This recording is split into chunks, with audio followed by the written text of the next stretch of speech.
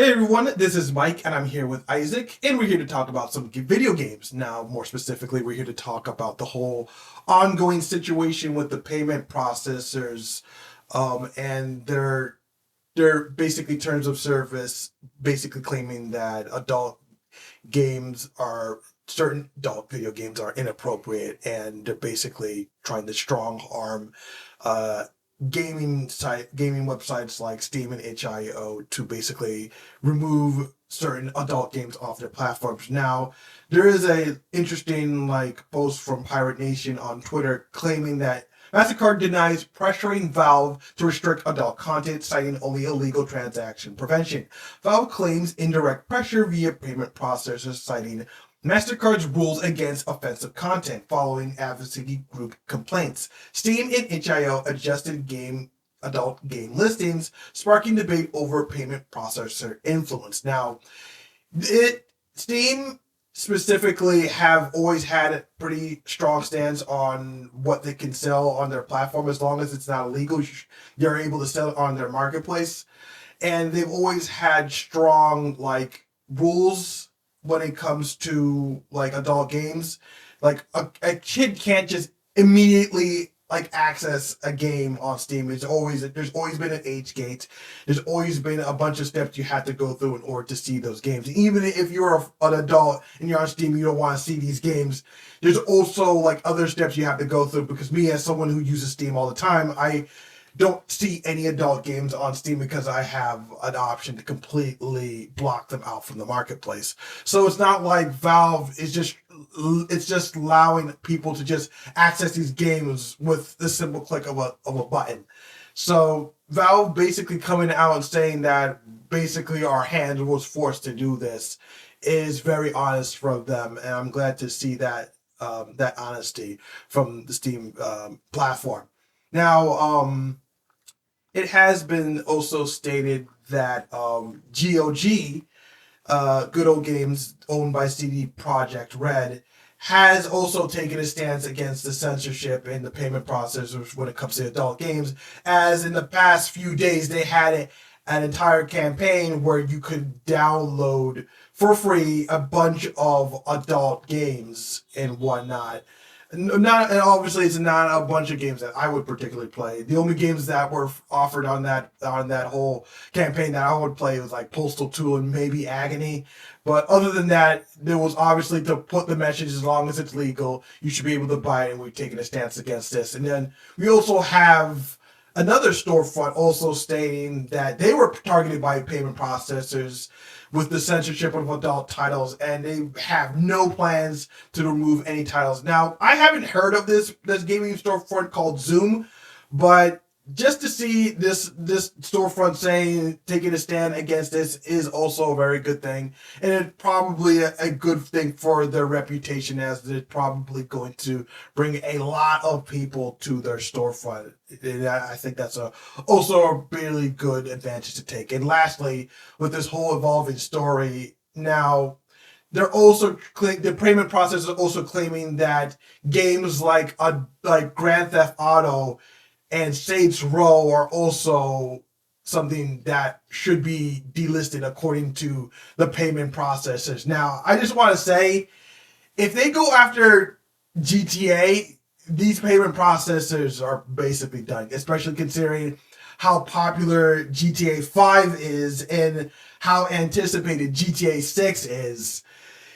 Yeah, that's a group of people you definitely don't want to take off with these arbitrary rules that you're setting up.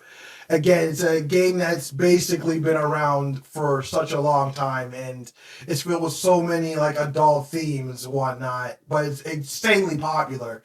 So yeah, I don't know what these payment processors are thinking if they think that they're going to take down a game like GTA and think they're going to get away with it unscathed. Now, with all that being said, as this is an evolving story, I want to know what your thoughts are on this.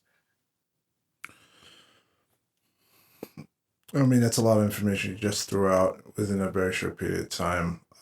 Again, something that we sat down and talked about. It's there was a concern about once this group did, made their pitch to these processors about removing not for safe for work content. We feared that it would have opened this kind of door where other games would Yeah. be put onto the plate. So again, it's more about a fight for keeping for consumers to be able to choose what to enjoy their style of entertainment. Again, you have these topics in other forms of entertainment in movies and books where they're comfortably allowed to be able to explore these subjects in a respectable manner where responsible adults understand the difference between what is for entertainment fantasy purposes and clearly what's not allowed in normal day society Yeah. within the safety of their own home. For me, I've always been on the side of being able to tell stories. Again, these are not the type of games that you and I would comfortably play. Ideally, although I won't. Yeah, well, but maybe played one too. But with that being said, these are. But no, I think again, it's all about being able to tell these kind of stories in the respectful comfort of your home. As long as, like I said, even going back to what GOG said, I think in a small quote, as long as it's respectable and as long as it's responsible and as long as it's within the guidelines and regulations, people should be able to purchase these games without any kind of fear or worry about them, with their hard-earned money. And I think that's kind of the message that's being sent within the current state of protest. Very much so. Agreed. It's kind of frustrating how this is all just happening all at once with these payment processors and the whole UK thing with the real ID and stuff like that. It's just like frustrating to see all this happening all at once, and it just feels like this is like it's insanely something. It's something that's very coordinated with this stuff. I don't want to go into the nitty gritty of it because I'd rather just stay hopeful, considering that so many people are speaking out against this stuff that it's just like there's no way that this can be ignored at this point with we as consumers, because for the longest time consumers felt so powerless when it comes to like companies and corporations when it comes to just consumer rights and just the human rights in general. But it's just very heartwarming to see so many people push back against this stuff for our freedom and for creative liberties and artistic expression. It's because it's on the line. Because if we lose it completely, it's like it's never coming back at this point. So I definitely a big props to everybody who has spoken out against this whole situation. Now, I don't want to go in any further than this because I know this story is going to keep evolving. I mean, we still haven't because we actually did a recording on this like a lot early that was supposed to go up, but we had to basically bail on that because the story kept evolving over again. So I figured we might as well just keep this brief. So because it's probably gonna evolve again, we're probably gonna have a little bit more to say again. So we're just gonna break it at that. What do you think about the whole situation with the payment processors and whatnot, and Valve and Steam and HIO? Oh, hey, yeah, one more thing before I go. HIO has been a few days ago. HIO has relisted all of the adult games on the platform under the guise of just them being free until they can figure out what to do at the moment with the payment process, if they can come to agreement or find a different payment processor that can work with that will be willing to accept the adult games, which I think is very, very, very like a good idea from them. I'm pretty sure like the creators are a little upset that they're basically listing all of this stuff for free for now, but I'm sure they're understanding, or hopefully understanding what the situation has to go on. Because as the payment processor says, they don't want to work with, they don't want these games to be sold under their watch. Well, okay, we're just going to release them for free, so now that's no longer an issue, right? Yeah, and so I mean, hopefully that Have it they sticks. talked about how these creators are going to be compensated, knowing that these games will be going on free for the foreseeable future?